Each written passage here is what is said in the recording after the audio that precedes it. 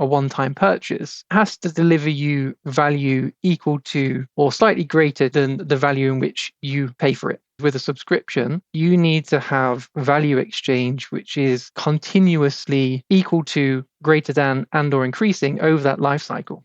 Our expectations change over a period of time. So the challenge is to continuously increase the value that keeps that subscriber engaged. A lot of traditional HR and people practices have been transactional by nature. And so you end up with policies and initiatives that are created in silo. It's about recognizing that we have a single people experience subscription, which might have multiple users and multiple benefits and features, but we have a single product that we are creating. Welcome to the Work for Humans podcast. This is Dart Lindsley. Luke Omani is one of the leaders of the movement to reframe work as a product that every company sells to employees. In particular, Luke has gone very deep into the implications of recognizing work as a subscription product and brings an absolute wealth of ideas to bear on how to create the kind of work experience product that employees want to buy every day. People don't stay in jobs because of free snacks or ping pong tables or flashy recruiting campaigns. They stay because the work works for them. Luke is now a chief people officer in recovery, and he's the founder of Sapienń, where he helps organizations stop playing the short game and start designing work experiences that drive long-term retention and advocacy. In this episode, we talk about why hiring funnels are broken, what it really means to design work like a product, how companies can build flywheels that continuously re-engage employees, and why transparency, not perks, makes people want to stay. If you enjoy this episode, don't forget to subscribe wherever you listen to podcasts. And now, I'm delighted to bring you Luke Omani. Luke Omani, welcome to Work for Humans. Thank you so much for having me, Dart. Real pleasure. I'm very excited to talk to you today because I have often said that work is a subscription product. But the truth is, on the show, we've never dug into what it means to be a subscription product, what changes when you say that. And in listening to a lot of your previous work and reading a lot of your previous work, I realized I didn't know, even though I've worked on building subscription business models. And so I guess I want to start with the backstory, which is, how did you arrive at the idea that work is a subscription product? And what were some of the big ahas along the way that we can learn from? Okay. So for any of your listeners that don't know my background in general, I'll do a very quick whistle-stop tour. So I spent over a decade myself in talent and people operations roles, from the recruitment side right through to RPO solution design, so designing recruitment solutions across multiple territories in Europe, Middle East and Africa, to my last operational role, which was head of people and ops in a scaling startup in the UK. And in that role, my main focus was everything to do with people and talent initially. And what happened, classic startup kind of vibes, is that if you're willing and you're naive enough to keep putting your hand up and say, I'll do that, you keep getting things given to you. So by the time I left that startup, I was actually operationally responsible for everything to do with people and talent and general ops, but also for product, for marketing and brand, for GTM sort of strategy at strategic level, and had my fingers in most things. If not directly responsible for, I was involved in pretty much every aspect of the business. And what that led me to was a realization that a lot of the traditional ways of working in HR felt a bit clunky and they didn't seem quite right. And so what I started to do was bring in some of those ideas from product and GTM and brand that I thought were relevant to the people practice and the people part of the business. And I think because of the way I came into HR, let's say, was via recruitment, which is much more sales focused. So I think already my brain was attuned to the idea that there was an exchange happening and there was a sales flair to the recruitment and talent acquisition side of the business, because a lot of the same principles apply in terms of marketing a business, creating a value proposition, funneling, pipelining candidates as you would customers and onboarding them into a business. So for me, I think my brain was already halfway there, but it was really that combination of that preconditioning to getting in and really understanding the mechanisms of a business and understanding what it means really to build and take products to market, and a combination of bringing all of those things together that led me ultimately to start working more like a product manager in my role in that startup. Now, what I would caveat is that my ideas weren't fully formed then. Even when I left and I'd finished the role, my ideas weren't fully formed. And it was only when I left that role and was able to process and reflect and start sharing some of my experiences and sharing some of the things that had worked for me with other heads of people in startups, was when I started to realize that there was more to what I'd been doing than even I had realized, which was brilliant. And it led me down a number of rabbit holes, and one of which was Jessica Swan, who I know that you've had on the podcast and you've had many conversations with yourself. And so I had already got to the stage where work is a product. That I'd got as far as that. Like, work is a product, and there's a mechanism by which we're creating something, we're selling it, or we're positioning it with an external market, and we're bringing people in. And the idea is then to keep them there, or keep them in the business. So I'd already come to the conclusion that there's a product relationship between work and employees, but it hadn't yet gone much far beyond that, beyond mechanisms and ways of working. And so when I came across Jessie, started to read her work and Built for People, I had my first light bulb moment, and I've talked about this in my newsletter multiple times. My first light bulb moment outside of my own experience was when Jessie introduced the idea of work as a subscription product.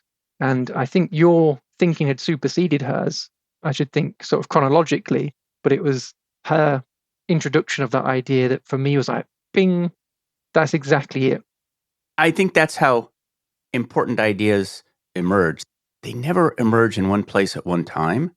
And I hadn't read her book at the time, but when I did meet her and I did read her book, in fact, anybody who listens to that episode will see I talk way more because I was so excited. So excited to be talking to somebody who we were so much aligned. And so I very much understand what you mean. Yeah, I had exactly the same experience. And just reading her words was like, yeah, some of them confirmed things I'd already been thinking. Some of them, like the subscription idea, gave me another layer to go and explore. And others, I was able to validate a lot of the ways I'd been working in my own little world, not knowing that others were taking these product-led approaches and applying them. And it was great validation. So it hit me on a number of fronts. But the subscription piece in particular, because where it's kind of leading on the question that you sort of introduced, is that the main difference of significance and why it becomes such an important differentiation between a product and a subscription product is a product that is transactional, let's say, in nature, so a singular product that you buy a one-time purchase, that has to deliver you value equal to or slightly greater to than the value in which you pay for it, right? And that's its job. It has to meet that value exchange in a single one-time purchase. Subscription is very different, of course, because with a subscription, if you're committing yourself to pay X amount over a longer period of time that is a recurring payment, you need to have value exchange, which is continuously equal to, greater than, and or increasing over that life cycle. So it has to maintain its value. And because of the way in which we weird humans operate, the value exchange at point of purchase actually changes. Our expectations change over a period of time. What we thought was an amazing feature becomes a very normal feature the longer we're in that subscription. And so the difficulty and challenge of anyone selling any kind of subscription service is to continuously increase the value that it offers that keeps that subscriber engaged. What's the difference between a funnel model and a flywheel model? Oh, you're touching on one of my favorite subjects now. I've become increasingly obsessed with flywheels. So a funnel model, which will typically be used for a transactional product, where you have some top of the funnel marketing activity where essentially you're creating some awareness around the product that you've got to sell. And then people will be familiar with this idea of like an inverted triangle going down to a point at the end. at each stage of that, you're increasing the customer's understanding, knowledge, and their desirability for the product that you've got to sell. Ultimately, you're trying to convince them to buy it, right? Here's this thing we've got. Here's all the reasons why you should have it. And the end point of that funnel is that you ideally convert a customer. Challenge with that is, if you want to sell to that customer again, you've got to start that process again, essentially. You either have to put them back into top of the funnel and work them back down, or have some way of creating a recurring purchase funnel for a product, which then ultimately starts leading you towards, well, if this is a recurring purchase, we can probably create a subscription service around it. But if we work on the idea that that's a single transaction, you've got to repeat that time and time again if you want to resell your product. And it's also quite expensive in terms of time, energy, resource, cost, because it actually costs quite a lot of money to keep filling that funnel back up and extending your reach and finding your way in front of new customers. Flywheel is completely different. So again, I'll just talk from ground up. So the idea of flywheel in this kind of context was introduced by Jim Collins in his book Good to Great.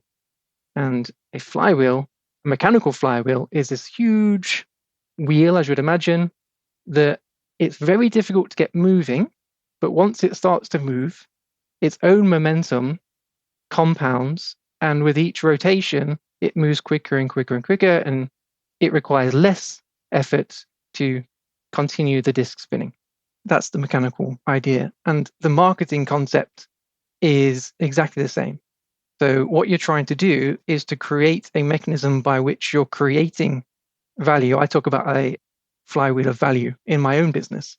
You're creating continuous value for your potential customers, and you're bringing them into a situation where one positive act leads to another. And so if we take like a marketing subscription-based model, essentially you want to bring potential customers into that flywheel by attracting them with some form of value.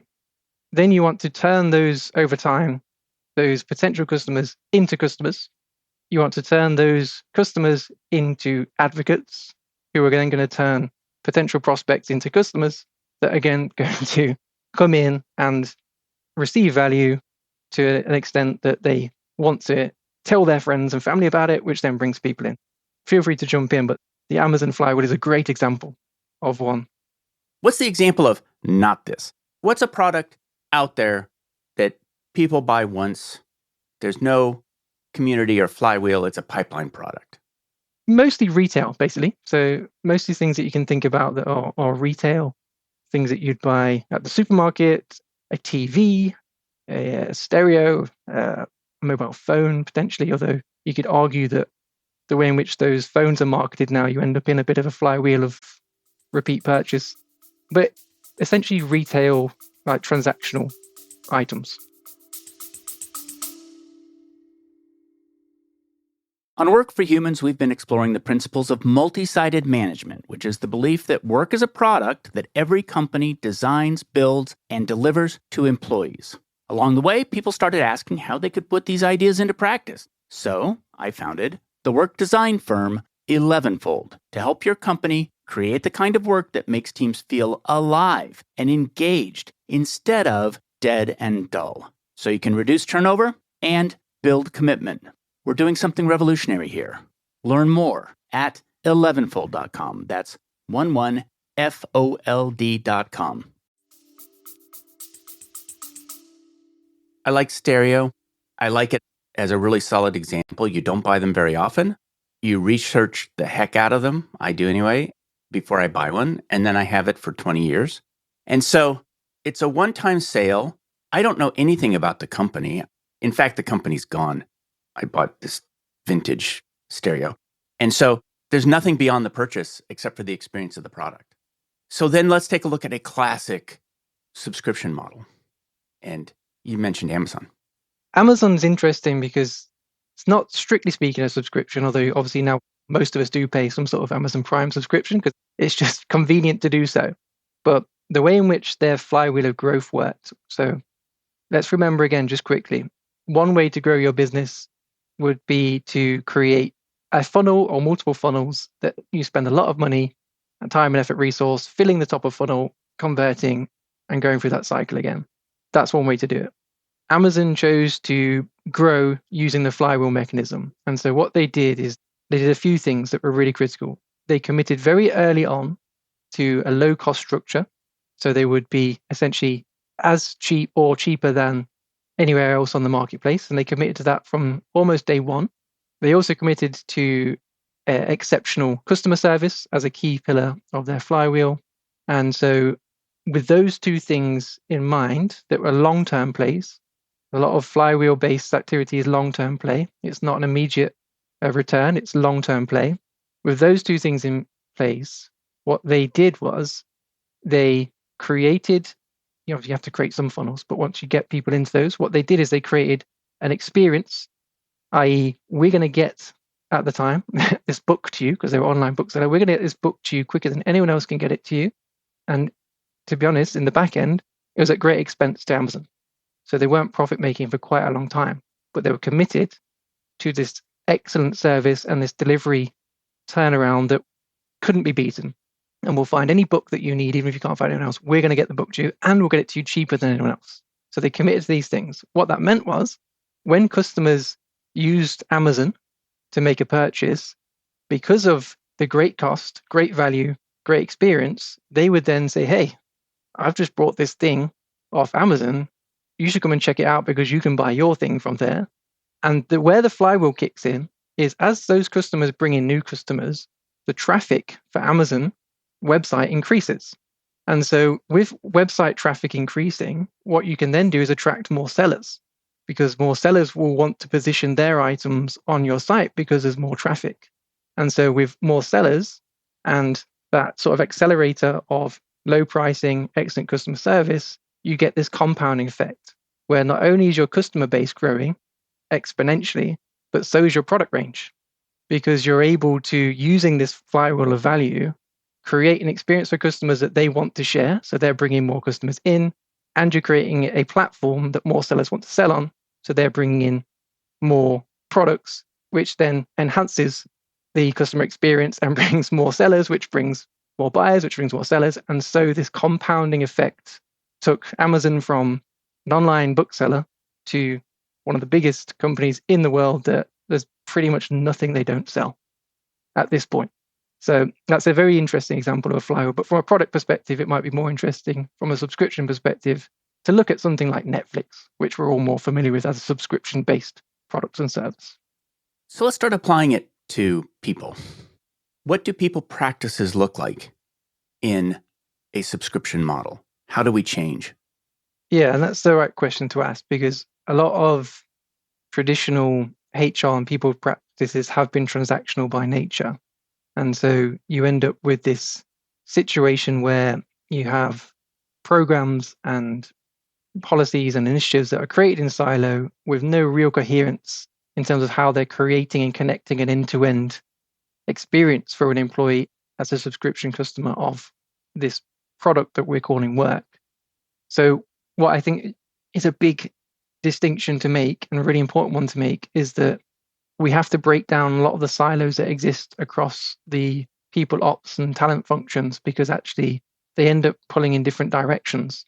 And so it's about bringing all of that together and recognizing that we have a single people experience subscription, which might have multiple users and multiple benefits and features, but we have a single product that we are creating.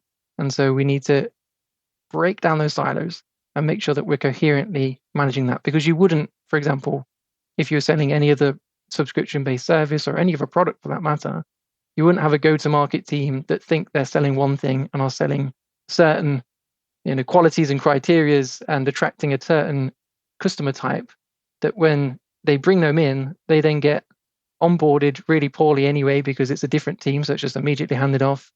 And then they are onboarded onto a product that is completely different to what was sold by the go-to-market team. And then immediately go, oh, this is not what I thought I was signing up for, and immediately you get churn, which is what happens in businesses all the time, because talent acquisition functions, employee branding initiatives, lots of campaigns, this is who we are, this is what we're all about, bring people in, and then boop, okay, well, that is not at all the product that I thought I was buying into, and now I'm out the door. That makes a lot of sense to me. There's two things I see there. One is that there is coherence between the sale and the long-term experience of the product, which is you are selling the thing that you have, the real thing that you have. The second thing is that there's a sense of recruitment as being final. And I'll tell you what I hear sometimes is this idea that once people are hired, they are owned. In other words, there's this sense that hiring is a purchase of a person. And where you hear it is when people say that employees are inside the company. I shouldn't invest too much on people who are inside the company. I should be investing in real customers who are outside the company. And this idea that employees are inside is, I think, very baked into the idea that we've bought them, we have a contract, we're paying them, they should do what we want, and pay is enough. So there's something very tied together there in this idea of a one-time sale versus an ongoing subscription. 100%. And so let's continue on that flow. A couple of things. If there's a product, then there's a consumer choice. So that's the other thing that often gets missed. And you and I have spoken about this a little bit before as well. But if there's a product, then there's choice. There's more consumer choice than ever in the job market now, right? So many more opportunities for, let's just use the crude term of high potential talent or high talent or whatever we want to brand the employees of high demand. They have got so much more choice than they've ever had before. And so that means that there's even more onus on understanding that this is a relationship of ongoing and dual value exchange with the employee as the customer of the subscription product. Yes, they're bringing value, and that, yes, they're not giving you money as you would do to buy a product, but what they're giving you is their time, their labor, their freedom, their knowledge, all of these things. And I know you talk about the jobs to be done framework, and there's a lot to be said about that part of the dynamic there. But certainly the employee is bringing value to that exchange, but there's an expectation of value exchange on an ongoing basis from the business to the employee as well. And so if we go back to the idea of the flywheel mechanism, my basic PX flywheel model that replicates the kind of model that I mentioned with Amazon is you have this ongoing process of engagement, development, delight, which leads to retention. So engagement is obviously a big topic, and we can get super nuanced about what that means. But ultimately, if we look at it from a product perspective, if we're subscribed to Netflix and we find ourselves no longer engaged by the programs and the films and the entertainment that's on offer, and we think that that's no longer worth our £5.99 subscription or whatever it is we're paying, we have a choice then to leave that, and we're going to move away. And so Netflix has to continue to invest in new programs. It needs to buy new features. It needs to fund new productions that obviously it moved to. It creates its own content now. All of these things, they've got to do that on a continuing basis to keep that engagement there, right? So that's one part of the puzzle. One of the ways you describe that I like so much in some of your other work is the idea that a flywheel is just constantly nudged in its cycle, which is that it's not this big one-time sale. The flywheel is running. We're going to nudge it. We're going to keep nudging it. And that each of those nudges is just, I've built things that have flywheels. And what's interesting about them is that they only get nudged once per cycle. And the whole objective of the physics of that is to have them have enough momentum that they make it back around to the next nudge. And if the nudge is just a little bit more than what it takes to get all the way around, then it's going to go faster. And so I can't say why that's so fundamentally different. It's fundamentally different because you can't stop. You can't stop thinking about, am I nudging a little bit more? Am I accelerating that engagement a little bit more? Yes and no. So exactly the mechanism that you've described is exactly it, right? I think this is where some people get a little bit fearful, like, what? We just need to keep creating experiences constantly and keep raising the bar constantly and it can feel like this circus of entertainment for employees, right? So we've got to keep doing these things. It's like, no, it's not that. It is exactly what you described. It's these little ongoing nudges that keep that flywheel turning. But what's really interesting is the flywheel, once it's picked up enough inertia, it will self-propel for quite a long time, because you can build up quite a lot of goodwill, let's say, from an employee perspective, from previous positive actions that then keep the flywheel turning for longer than just the nudges themselves. So the nudges compound, but you also have this self-propelling nature that emerges when you start to get a PX flywheel really moving. And the next phase round from engagement is development, right? This is my model. So feel free to swap it around and change it, whoever's listening, to what you think makes sense. But engagement is the first point. We have to have a sense of engagement that is equal to the value exchange that we think is happening here. Got to keep that engagement there.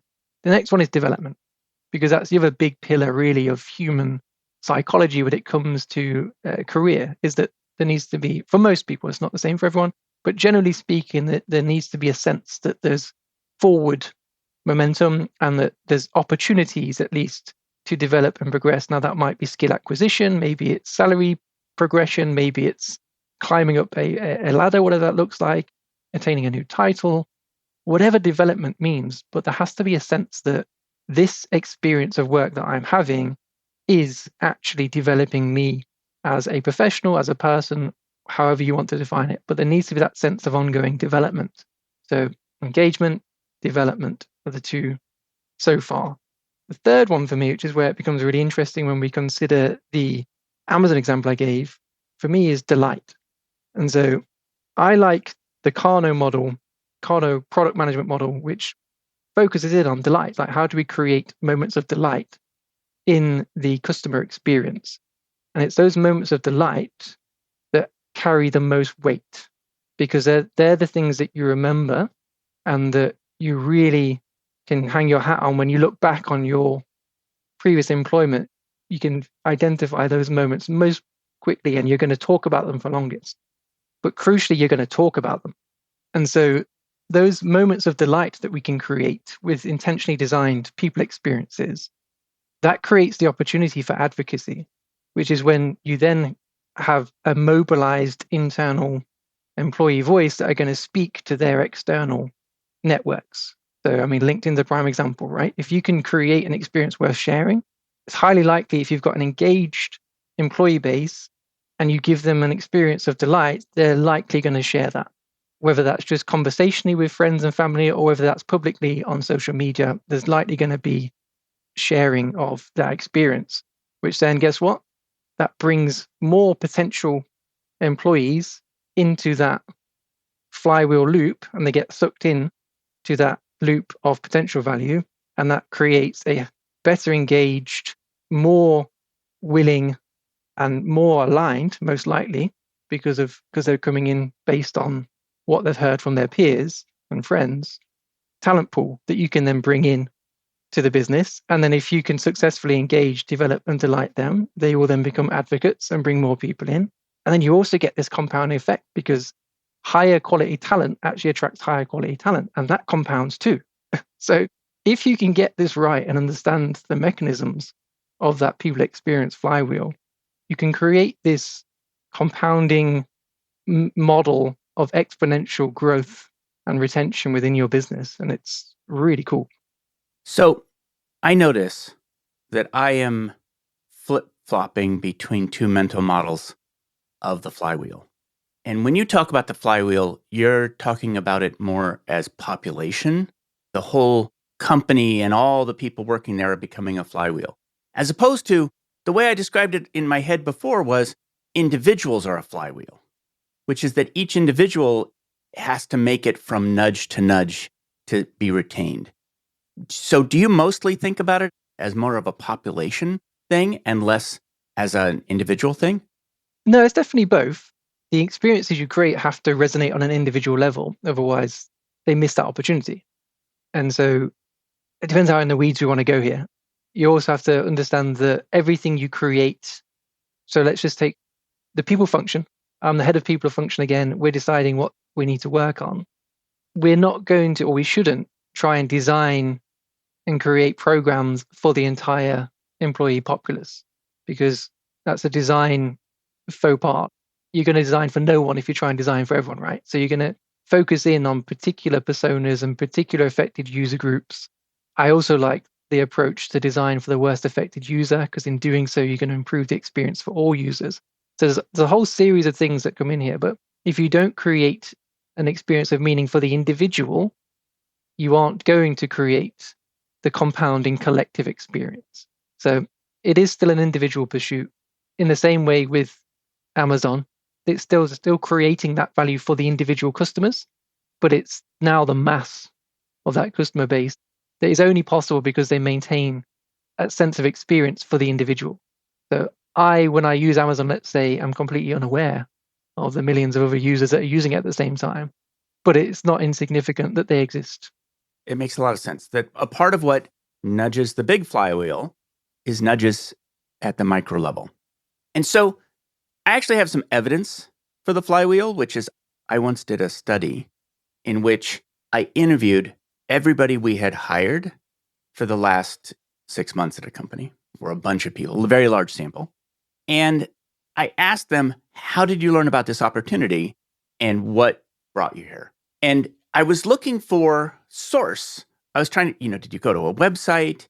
And almost all of them shared in common, a friend of mine moved to this company and they started telling me, hey, it's way better over here. And so I transitioned. And so one of the things that you see there is that hiring causes hiring and losing causes losing, which is that when people leave, other people will leave. Right, 100%. In the expanded version of my model, I tried to keep it sort of zoomed in, but in the expanded version of my end-to-end PX subscription model, I have 3 flywheels and 1 funnel. And so the funnel exists in that classic talent acquisition funnel that we've spoken about. Any product needs funnels, multiple funnels in reality. So even a flywheel-based model has funnels because you still need to bring people into that flywheel somehow. The idea is once they're in there, they stay there. So you still do need funnels. So we shouldn't discount that very legitimate approach to talent acquisition because it's still required. But in my model, you've got that talent acquisition funnel. Let's say to the left of that funnel is the talent flywheel, which essentially is where you can nurture and engage external potential candidates and talent on an ongoing basis. So a lot of that will be through content, newsletters, podcasts, community events. We're going to host an event for graduates on this particular thing, and we're going to give you value so that ultimately that then creates a connection between us and you, whatever it might be. There's all sorts of things you can do to create flywheel of external talent that ultimately you want to, at some point, excite and inspire to either apply to a job or whatever mechanism it means that they get into that funnel. They do come into it at some point, right?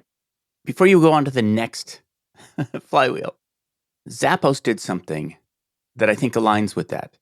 They stopped posting jobs entirely. And why? Because they would get 1,000 applicants for every job. And what they were doing is just disappointing 999 people. And so they said, let's stop doing that.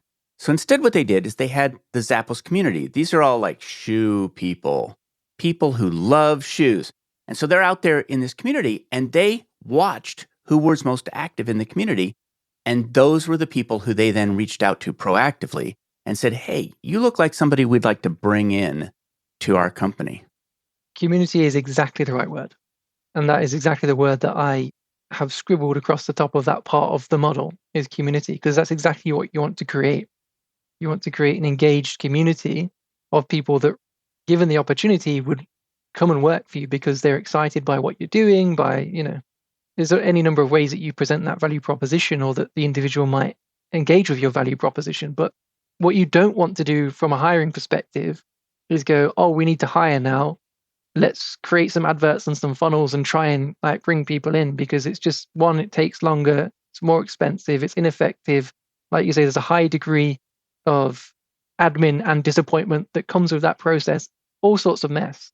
And again, it's not that you don't have funnels, because you do, but ideally what you want is that engaged talent community that's outside of the organization, but almost feel like they're in already because they're so aligned and on all of those things.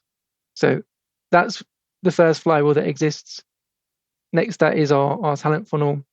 There's obviously a process of selection, and you want to really think carefully about that process. How does that process happen, and what happens to candidates that aren't successful, to that disappointed point? Because some of the greatest advocates I had as a head of people were people that I didn't offer jobs to, but we made sure that they got an amazing experience, they got great feedback, everything about it was something positive, other than the fact they didn't get the job. And I actually can't tell you the amount of times I got inbound phone calls from people that said, my friend so-and-so interviewed here a week ago, a few weeks ago, last month. He actually didn't get the job, but he told me to apply because he said it was an amazing place. So you can create real advocacy at even those moments that should be disappointing if you can, with intentionality, design the experiences around those and not forget that these people that you're not bringing into your business remain potential advocates or detractors for your business. Not just, this is the other thing, from a commercial perspective, not just as potential employees, but as potential customers. There's this duality that's existing. And so there's a lot of commercial upside to maintaining an engaged external talent community too, because it's very likely if they're that engaged, they're going to be buyers of your product or service if it's something that is externally available in that regard. So there's lots of these key moments along the way. If we skip along to the next one, the next flywheel would be that central PX flywheel that we spoke about, that flywheel of engagement, development, delight, advocacy, and retention. And then the final flywheel on the far right-hand side of my model would be your alumni flywheel, because that's another great opportunity to maintain an engaged community of advocates for your brand. And ultimately, all of these, the three flywheels and the funnel, work together to create this closed loop where everyone who comes into it receives value and gives value at varying points, whether they work in the business or not. There's opportunities to create value and momentum and compounding interest at every stage of that. And so alumni are going to, an engaged alumni that had an amazing experience are going to refer candidates, peers to work for you, and they're going to refer customers to you. And your talent flywheel are going to be bringing more people into that flywheel themselves because they say, hey, look at this great business that I interviewed for, come and look. So all of this work happens on your behalf. Once you get those flywheels spinning, then it's about the nudges. But each of those nudges require less and less effort, the more compounding interest is generated from all of the activities and nudges that have gone before. And that's kind of the end-to-end version of that flywheel model. So in the middle flywheel, in the experience of work, there's this idea in subscription models of land and expand or upsell. What does upsell mean in the context of work? The real answer to that is more nuanced than perhaps I'll be able to articulate, because it's going to mean something slightly different to the individual employees and what they want to get out of work and what work is doing, what they're hiring work to do for them, right? But the short answer, it goes back to the points that I mentioned. Land and expand as an employee means that I want to be in a place where there is going to be opportunity for me to develop my career, develop my earning potential, increase my standard of living. There's all sorts of things that might be, but it means that as an employer, you need to be mindful that, like we sort of spoke about at the start of the conversation, this is not a transactional once they're in, and they're our property. It's a case of now they're in, this is where the work begins to, again, two sides, give them the conditions, support, infrastructure, resources that they need in order to create value for us as a company.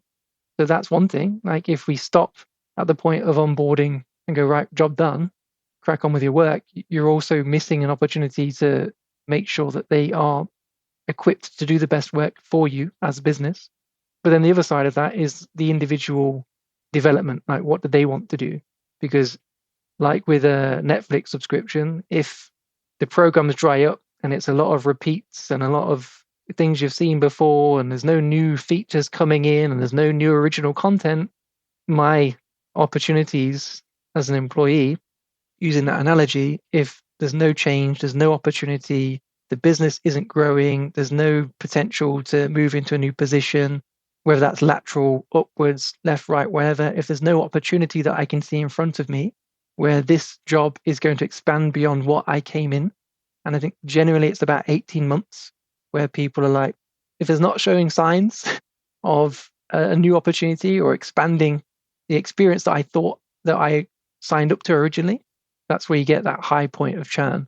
And there's various ways of combating that. From the extreme, there was a company that I read up about had a forced job change every 6 months, which is a radical way to approach that. But everyone in the company changes jobs every 6 months. I'm sure there's some protected jobs because it would be crazy to change the CEO, everyone, that sort of thing. There's some parameters around that, but the idea is that you shouldn't be doing exactly the same work you were doing 6 months ago. And that sentence is probably the one that's most interesting.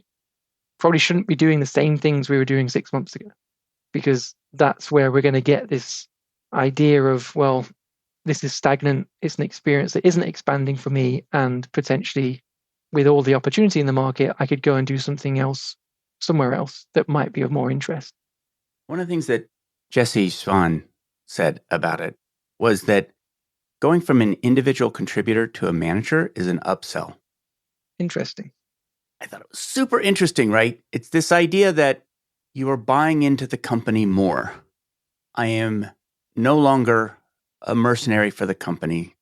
I am now becoming an advocate for the company.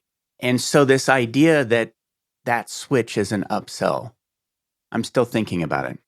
The premise of that is absolutely correct, because that is an upsell for some people, because that will be seen as a positive move forward. Whereas I've seen it before, and I've made this mistake before, where you promote an individual contributor who's excelling in their role, and you think, well, we want to give this person some advancement, so we'll promote them to look after a team, and all of a sudden they're doing things, they're in a position that actually leads to them exiting the business. And I've seen that time and time again, because even they at the time often think, oh yes, this is progression. It's a new title, it's more responsibility, and it's more money. But the reality is what made them an amazing individual contributor are exactly the reasons why they're not very good at managing people. And so I think there's a potential trip hazard in assuming that a managerial uplift is a net positive for everybody, because I don't think that is the case. However, some sense of the interesting bit of that jumped out to me was the ownership piece. So it's how do we create a greater sense of ownership, a greater sense of connection, a greater sense of future, that there's the future here, whatever that looks like for the individual, I think is the key part. I just would be careful to assume that promotion into a managerial position is a net positive. I keep flip-flopping in my mind, and maybe this should never stop. We can look at this problem as how are we going to maximize the value to the company at every step? Or we can look at this problem as how are we going to maximize the value to employees at every step? And they're different. One of them is you're a customer and I'm looking at your wallet and I'm asking, how can I get that last dollar? The other way to look at it is you're a customer. What is the value of what I'm giving you? And I think of it as a balance thing, but how do you strike that balance? Where do you weight your attention? Well, potentially unpopular opinion for many in HR, but for me, the weighting is always on the business's side. Again, I know that might feel uncomfortable for many HR people because of the natural leaning towards the employee centricity, but ultimately, if the business isn't, it sounds almost exploitative, but I am going to have to come back and caveat to make sure that I'm clear on my point. If the business isn't generating more value, let's say financially, from that exchange, then all of those opportunities, the future, the potential to development, all of that expansion that we spoke about previously can't happen. So there's almost like and by the way, this has to come with, I spoke about this in my newsletter last week, and I caveated that I'm assuming a base level of ethics and morality exists, which I know we can't always guarantee, but for this conversation, I'm going to assume a base level of ethics and morality exists, and the business isn't going to exploit. So I'm just going to put that there. Many times we've seen where that base level of morality doesn't exist, but in this case, we'll say it does. So we need to make sure the business is returning on its investment on its people. So it's going to spend most of its money on its headcount for many organizations, somewhere between 60 and 70%, maybe even 80% in some service-based organizations of its annual expenditure is going to go into funding its workforce in some way or another. And so it's really important that we create the mechanisms as a people function that allow employees to deliver good work, high value work that creates value for the business. And I think that's a really important part of the HR puzzle that goes missing sometimes, because there's this service-based mindset that exists within a lot of HR functions, which puts them in this, we are servicing the business, we're a support function to the business, but we're not a value creating function. We're just there to administer support policy, and it's very reactive. And actually the opposite is true. Like, I think we need to be using the people function as a mechanism of growth, for enablement and growth for both employee and business. So you kind of sit at that intersection in the people function because you can impact both of those. So I know it's possibly unpopular, but I think the weighting just slightly sits on the side of value creation for the organization, for the business, for the practical reasons that if that business shrinks, then job opportunities shrink, opportunities to expand shrink, salaries shrink, everything that we want from a people experience starts to disappear quite quickly. So that's why I would say it's on both sides. It's really interesting. I think we're going to want to discuss around this a little bit, because no company can survive selling their products at a loss. That includes the work experience product. So you cannot survive if you sell that product at a loss. So that's one statement. In order to sell that product at a profit, you have to produce enough value that you're attracting the kinds of customers that have the money to give you. And so, to some extent, that argument depends on what is the most severe constraint in your company at this time. And one constraint that you always have to watch is money. But another constraint that you always have to watch, scarce things, things that if they run out, your company's done. Money's not the only one. Another one, I would argue, is attention. Attention is another scarce thing inside the company. And if you can't keep winning it in the same way that you win dollars, your flywheel will stop. And so it is possible that the question of what's most important is impossible to answer, which is, what's more important, your heart or your brain? Both. But yes, the company needs to continue to exist, or it will stop providing value to anybody. There is no work product if there is no business. And so the objective of, all employees really, but I think the most closely linked to all employees is the people function, because we have connections into all parts of the business and all people within it. So for the people function, one of the main objectives is to maintain organizational health. And that organizational health exists on a number of levels. Yes, of course, there's the direct health, i.e. the health and wellness of our employees. That, of course, is part of that. But actually, financial health, that is really important, because particularly in startups and scale-ups, right, which is where I spend a lot of my time. I know you've come from a slightly bigger structure where the idea of a runway is very different. But certainly in startup scale-ups, if I'm not aware as a head of people, if I'm not tuned into our financial position as a company, I can't make decisions that have got the health of our organization in mind. And so this is another problem that exists in a lot of HR functions, is that they operate too far away from the commercial side of the business, where they would have an understanding and access to the financial health of the business. Because all of this plays into how we communicate, how we hire, do we hire, policies that we create, what we're prioritizing. Just today in my newsletter, the focus today was on the focus illusion. It's this idea that, in the simplest terms, we'll prioritize what's in front of us. There's this idea that if it's in focus, it's important. And so oftentimes HR functions convince themselves that what they're working on is important because they believe it's important and they tell each other it's important and it's right in front of them. So they can really be sold on the importance of a program that they're running.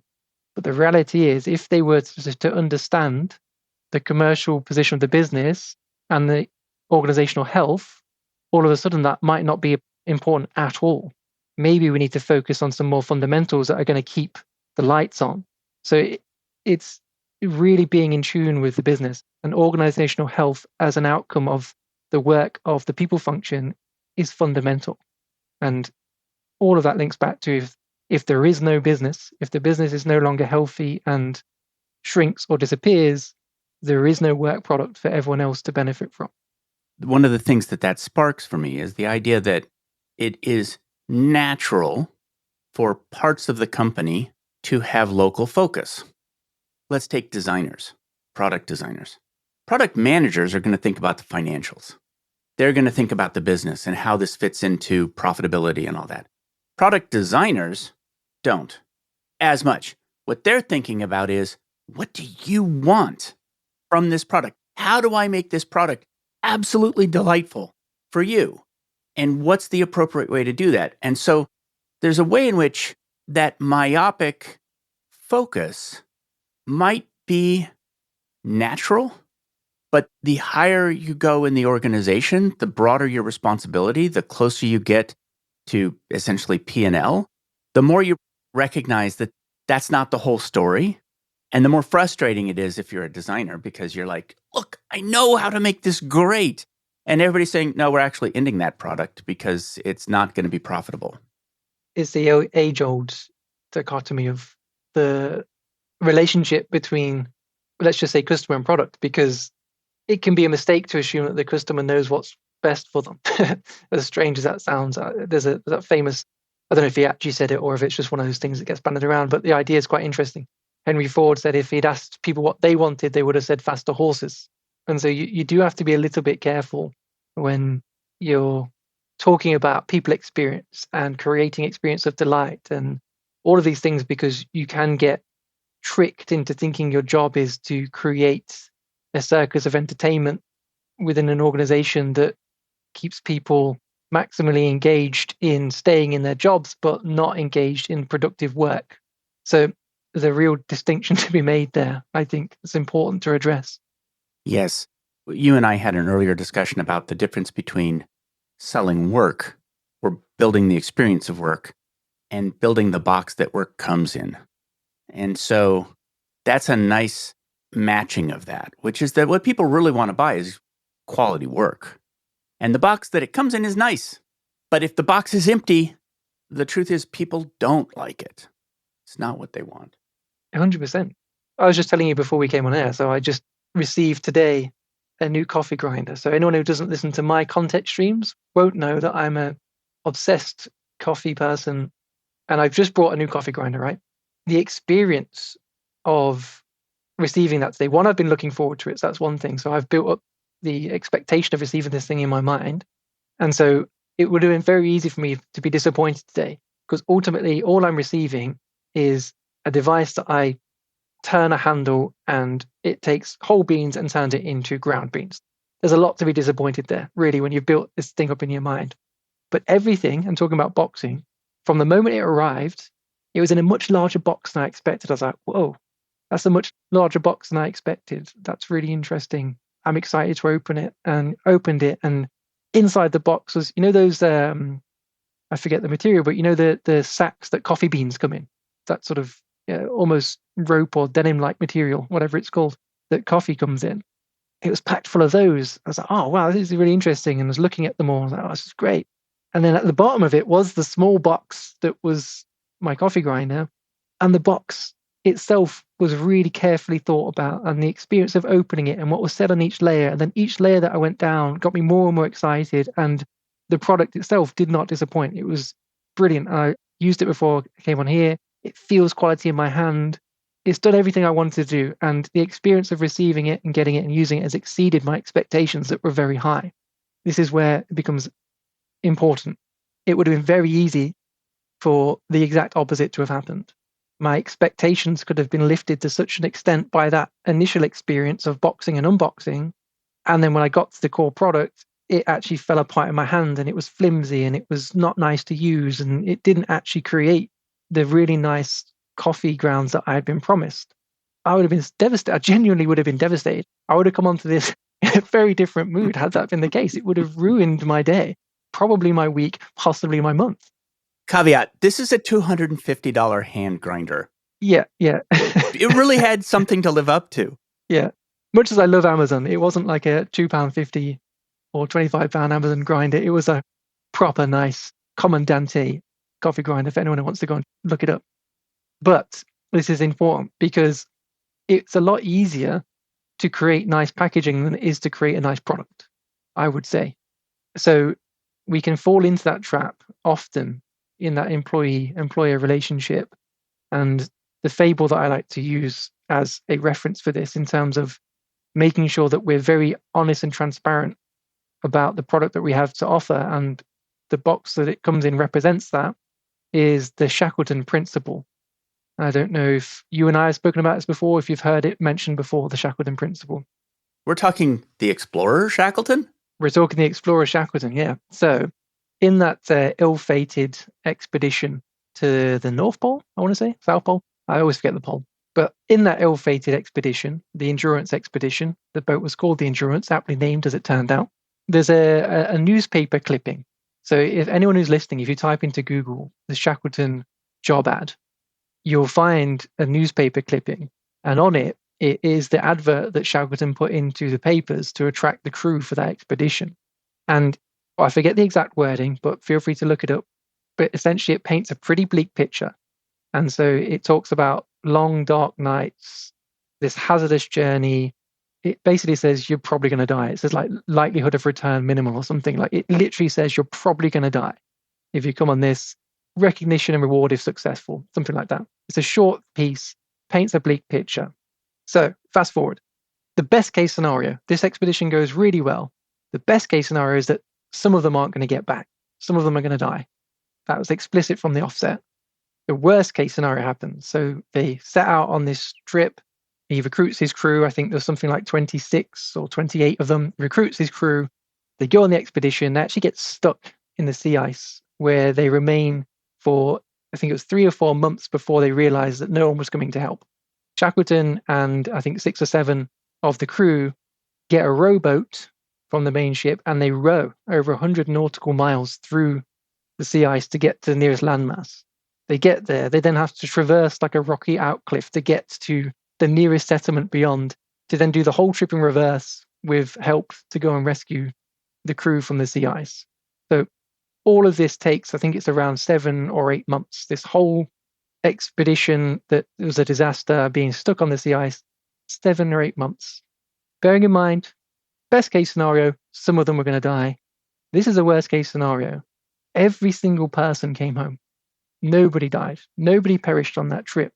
And so what's an interesting leap that we can take from that, or lesson we can take from that, is that had Shackleton, for example, in his newspaper clipping said, come on an expedition, see parts of the world you've never seen before, tell stories to your grandchildren for generation, and like painted this positive picture of what was going to be encountered by those people that went on the trip, you could argue that the people that volunteered themselves to go on it would likely not have had the right fortitude to survive what then followed. It was only people that were prepared to die in the pursuit of the hazardous journey that were actually had the fortitude to survive it. And so from an organizational perspective, this is where that packaging and all of that analogy that we just spoke about becomes important. Because even if our situation, our people experience, our organizational health is at its lowest, you know what? You want to communicate that, because it's the people that know that and still want to come on that hazardous journey with you are the ones that are going to get through it with you, right? And so it's really important not to be tempted to wrap pretty packaging around a poor product, because actually in communicating it, you're going to bring in the right people that will help you improve that product and might give you the chance to survive long enough to create a product worthy of pretty packaging. I have 2 stories about that really support it.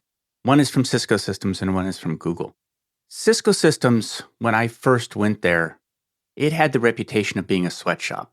Everybody said, Cisco Systems, it's a sweatshop. And my thought was, I'm not afraid of work. And that reputation of if you go there, you're going to have to work really hard, good reputation to have, Right. which is that people self-selected right out. And in fact, this is going to get into the ICP, ideal customer profile. When I was onboarded into Google, there was a lunch break during the onboarding, and we all went to the cafeteria, and I was in a line to get some ice cream. And the person ahead of me in line, who I swear to God was probably 22. And you were at the time, if you don't mind me asking? Much older. Fair. We can leave it there. Much older. No, I was in my mid-50s anyway, 55 maybe. What he said was, it would be better if they gave us hot fudge. And I was like, oh my God, where am I? That the first thing a 22-year-old says, I get it, their first day at the company is like, I think it's better with hot fudge. So the risk of selling the packaging and having to live up to the packaging is really high. They're great stories, and they're properly bang on for exactly that, because the Cisco sweatshop story is especially pertinent because, like you said, it's a great self-selector. For some people like you, that's going to be brilliant. I want to work hard. This sounds like me. And for others, it's going to be like, absolutely not. That sounds awful.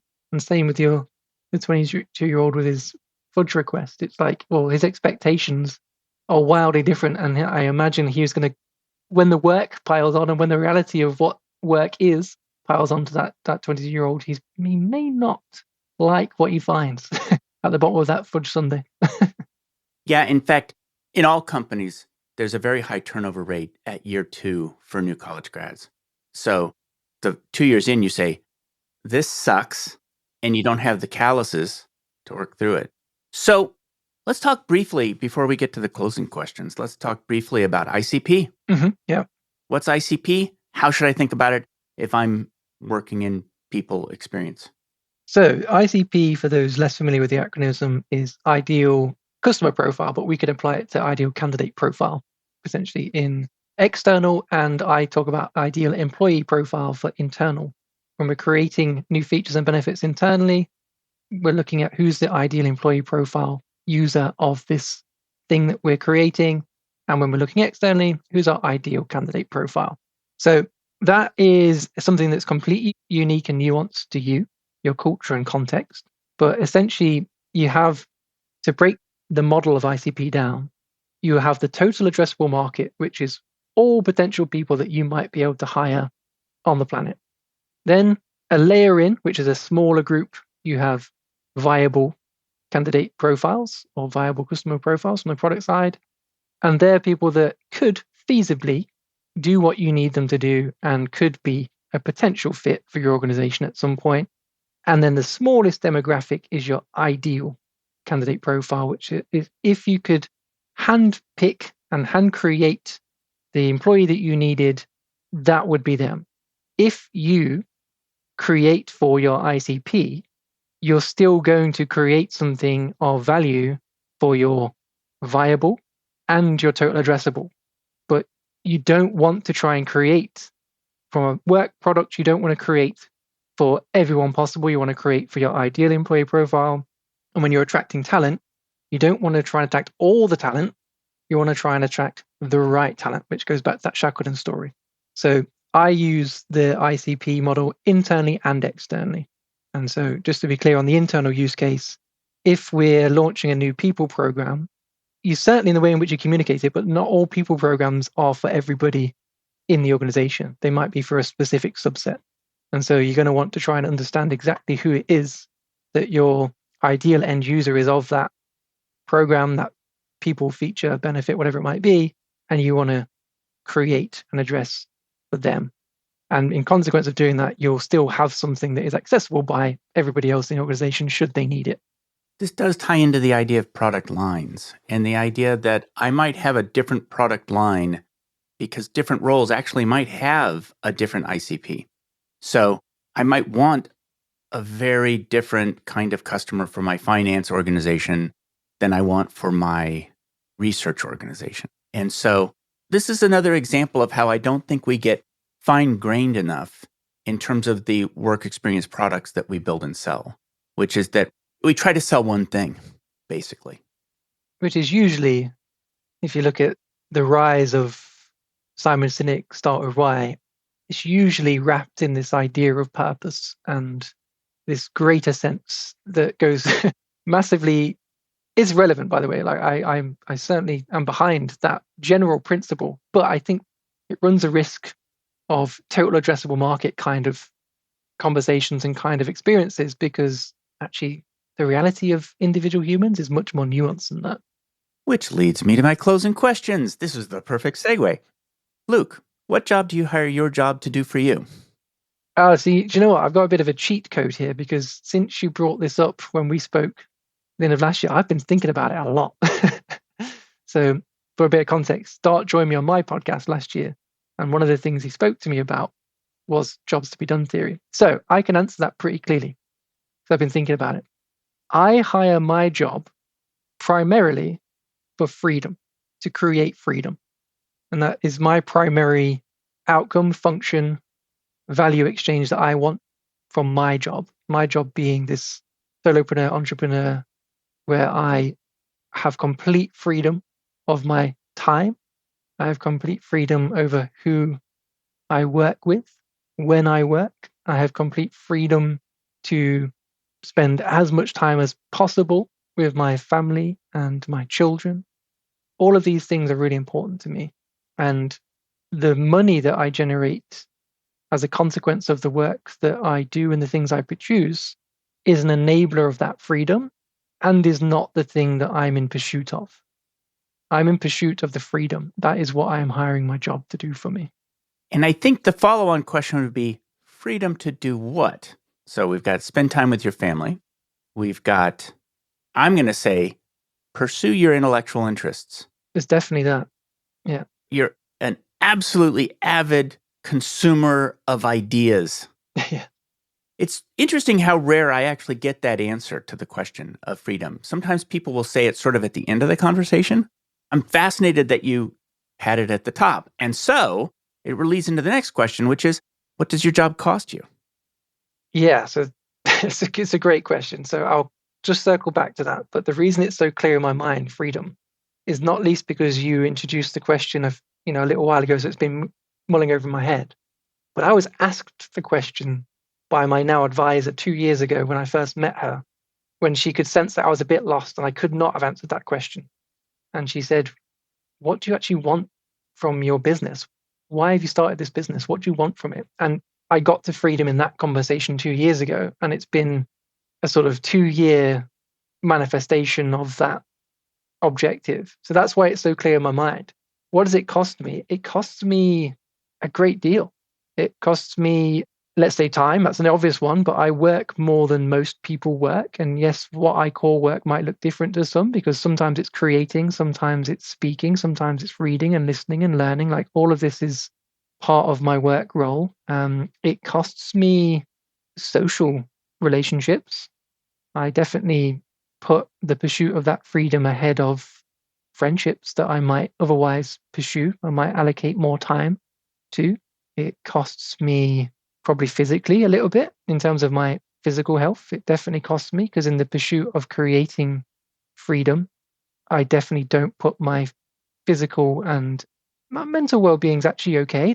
Like everybody in my life, it goes through peaks and troughs.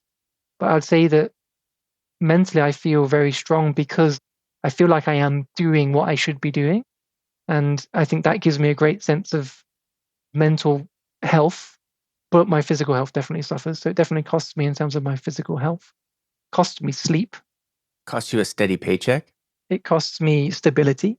It costs me stress short term for that reason, because in order to create the freedom, part of the answer to that question is financial freedom, by the way. So whilst money is not the objective, I understand and recognize that in, let's say, the developed West, financial freedom is what really enables all the other freedoms that I'm talking about.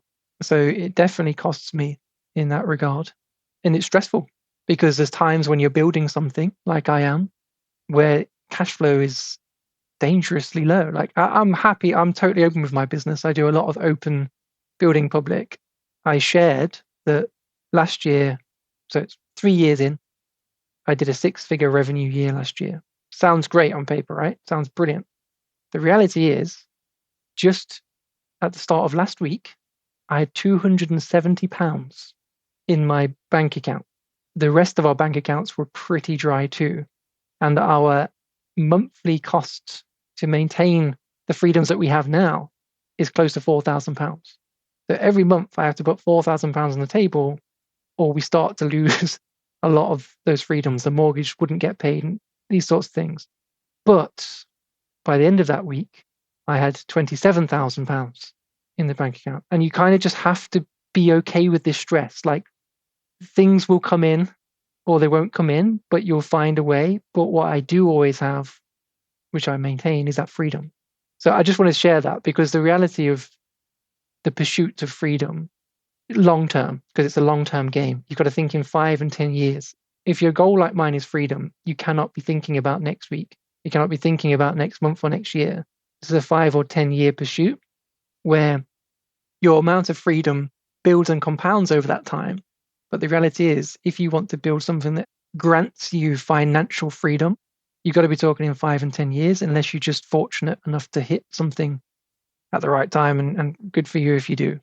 But that's the reality of it. And so it definitely costs me, I said my mental health's good, but stress, which for me manifests more in physical terms, to be honest. I have more physical responses to stress than I do cognitive. I think that's because I think my way out of problems. So to lose cognitive function at the point of high stress would be, for me, completely detrimental. So I think that's why I am able to maintain that part. But I have physical responses. So yeah, it costs me a lot now. But for me, it's a short-term cost. All of these are short-term costs because I believe in the future that I'm working towards. And short-term, I do still get a lot of the freedoms that I want, because nobody tells me what to do or where to be apart from my children. They're the only constant that needs schedule and routine. But beyond my children, there's nothing that constricts or refines what I can and can't do on a daily basis. So where can people learn more about you? So, as always, with most people these days, the best place to find me is LinkedIn. And from LinkedIn, you will find links to my website, which is sapienx.co.uk. You'll find links to the content library, so the newsletter that Dart referred to, and my podcast is all in my PX Espresso library. And you'll find links to subscribe to the newsletter should you want to do that.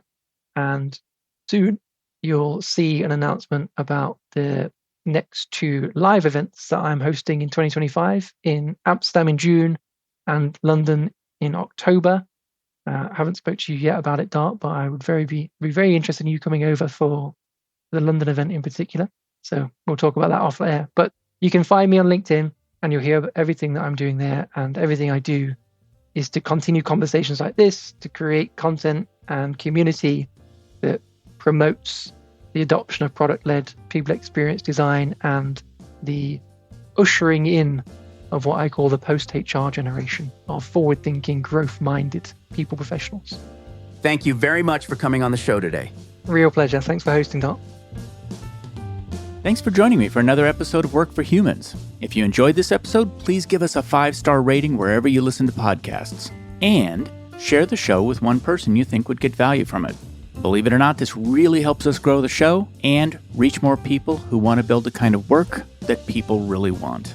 As always, thank you to my producer, Jason Ames at Ninth Path Audio, for his insights into content and his high standard for quality. Final note, the opinions shared here are my own and not the views of Google or Cisco Systems. Thanks again for listening. See you next time.